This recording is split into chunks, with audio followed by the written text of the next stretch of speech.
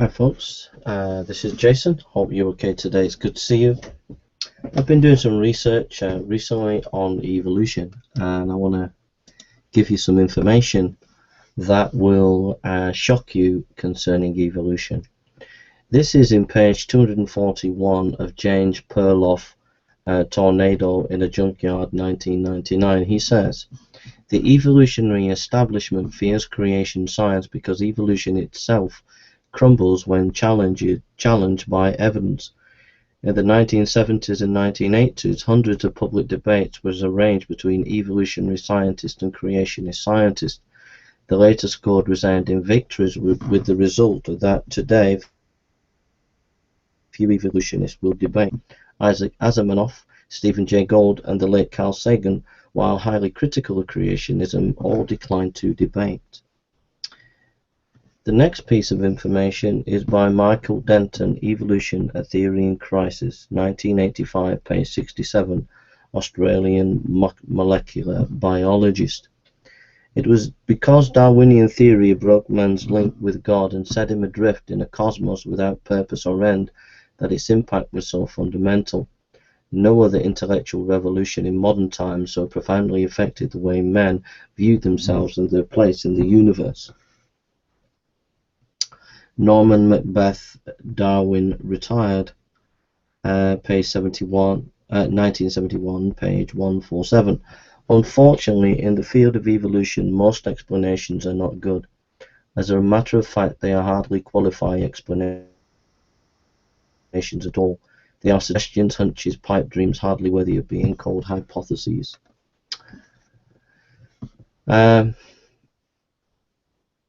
Tom Bethel, Agnostic Evolutionist, Harper's, February 1985, page 61. No one has ever found an organism that is known not to have parents or a parent. This is the strongest evidence on behalf of evolution. Charles Darwin, 1866, quoted in H. Enoch, Evolution or Creation, page 197. As by this theory innumerable transitional forms must have existed, why do we not find them embedded in the crust of the earth? Why is it not all nature in confusion instead of being, as we see them, well-defined species? Scientists have no proof that life was not the result of an act of creation. Robert Astro, The Enchanted Loom, Mind in the Universe, 1981, page 19, leading astronomer. Evolution became, in a sense, a scientific religion. Almost all scientists have accepted it, and many are prepared to bend their observations to fit in with it. H. Lipson, a physicist, looks at evolution, Physics Bulletin, 3198, page 138. So that's just a few bits of information there, and we've got more information to come.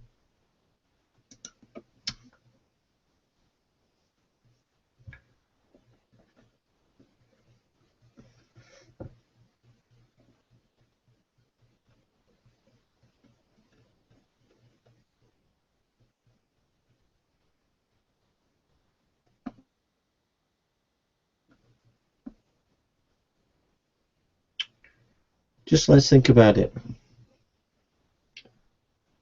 Let's just think about evolution, how it started. They call it abiogenesis, but just think about this. Nothing plus nothing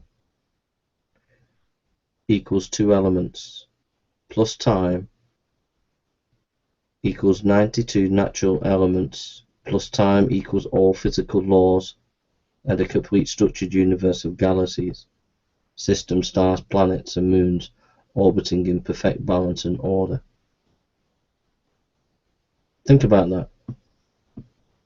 Just think about it. Nothing plus nothing equals two elements plus time equals 92 natural elements plus time, all physical laws, a completely structured universe of galaxies, systems, stars, planets, and moons, orbiting perfect balance and order. Is that rational? Is that really, really rational?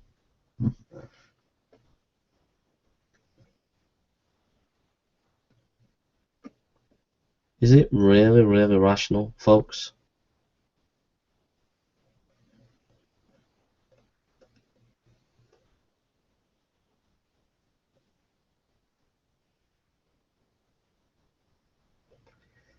Here's a thought. Those who laid the foundation of science in the 1800s, many of them were creationists.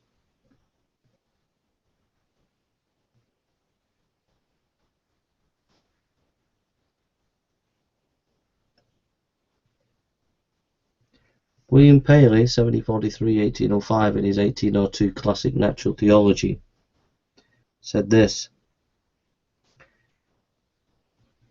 "The kind of carefully designed structures we see in the living world point clearly to designer.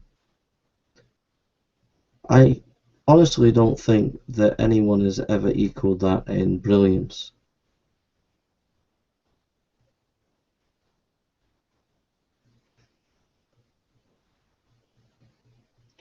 Fred Hoyle, an eminent scholar, said that Paley's argument appears unanswerable.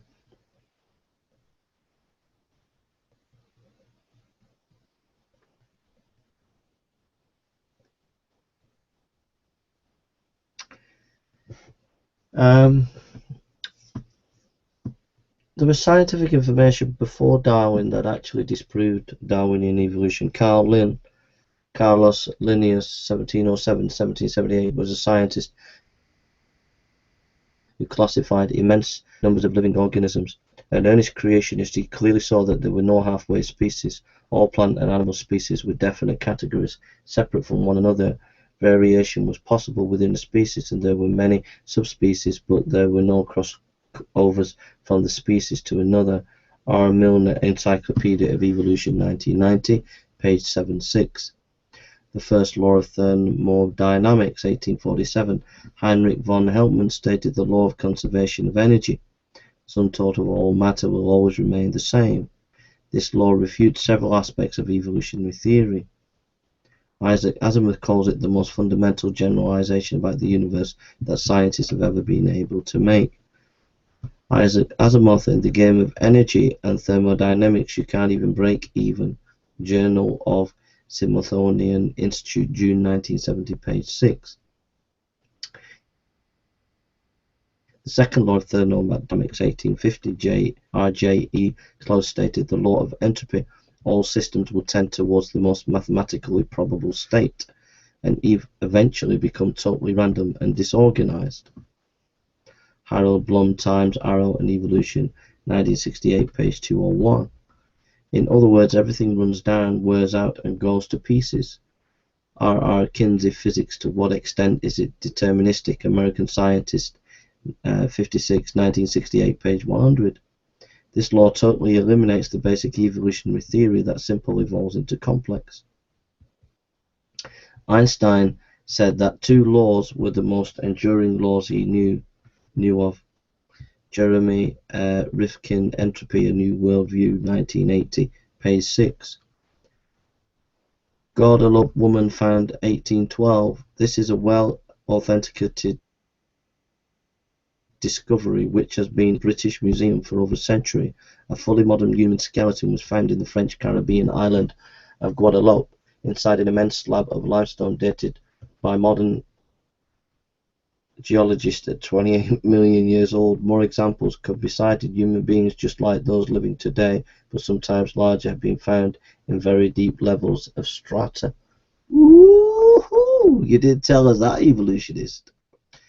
Gregor Mendel, 1822–1884, was a creationist who lived and worked near Brno, now Brno, Czechoslovakia. He was a science and math teacher. Unlike the theorist, Mendel was a true scientist. He bred garden peas and studied the results across various varieties.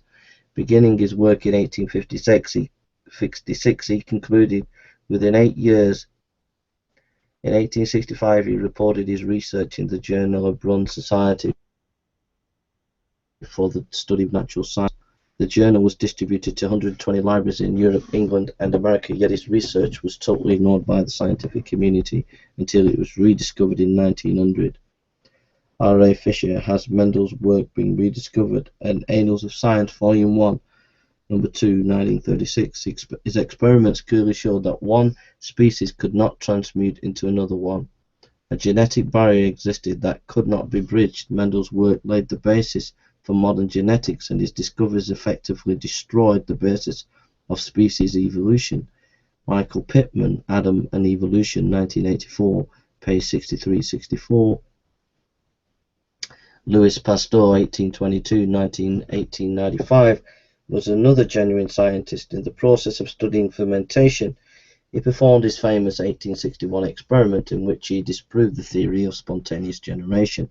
Life cannot arise from non-living material. This experiment was very important, for up to that time a majority of scientists believed in spontaneous generation. They thought that if a pile of old clothes were left in a corner, it would breed mice. The proof was that upon later returning to the clothes, mice would frequently be found there. Pasteur concluded from his experiment that only God could create living creatures, but modern evolutionary theory continues to be based on that outdated theory disproved by Pasteur. Spontaneous generation, life arises from non-life. Why? Because it is the only basis on which evolution could occur.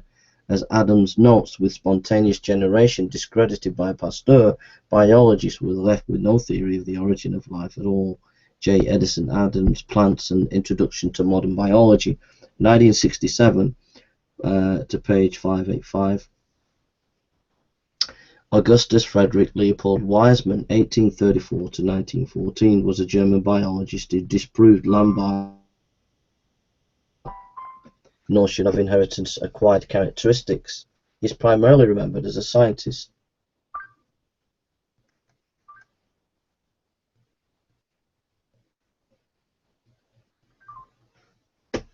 Sorry about that. Augustus Frederick Leopold Weizmann, 1834 to 1914, was a German biologist who disproved Lamarck's notion of the inheritance of acquired characteristics. He is primarily remembered as the scientist who cut off the tails of 901 young white mice in 19 successive generations, yet each new generation was born with a full-length tail. The final generation, he reported, had tails as long as those originally measured on the first. Weizmann also carried out other experiments that buttressed his refutation of Lamarckism. His discoveries, along with the fact that circumcision of Jewish males for 4,000 years had not affected the foreskin